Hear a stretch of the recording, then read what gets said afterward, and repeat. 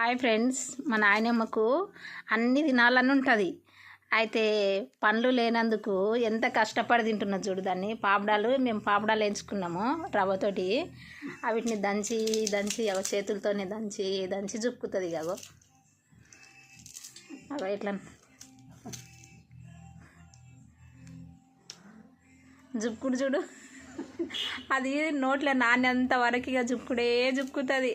పాపం వృద్ధాపంలో చిన్నప్పుడు చిన్నపిల్లలు ఏ విధంగా అయితే ప్రతిదీ తినాలని అనుకుంటారో, వృద్ధాపం వచ్చినాక కూడా ప్రతిదీ తినాలనుకుంటారు. కానీ పండ్లు అనేది లేవు.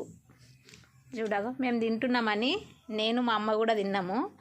అయితే మా నాయనమ్మ కూడా చూడగా నలిసి నలిసి తింటుంది పాపం.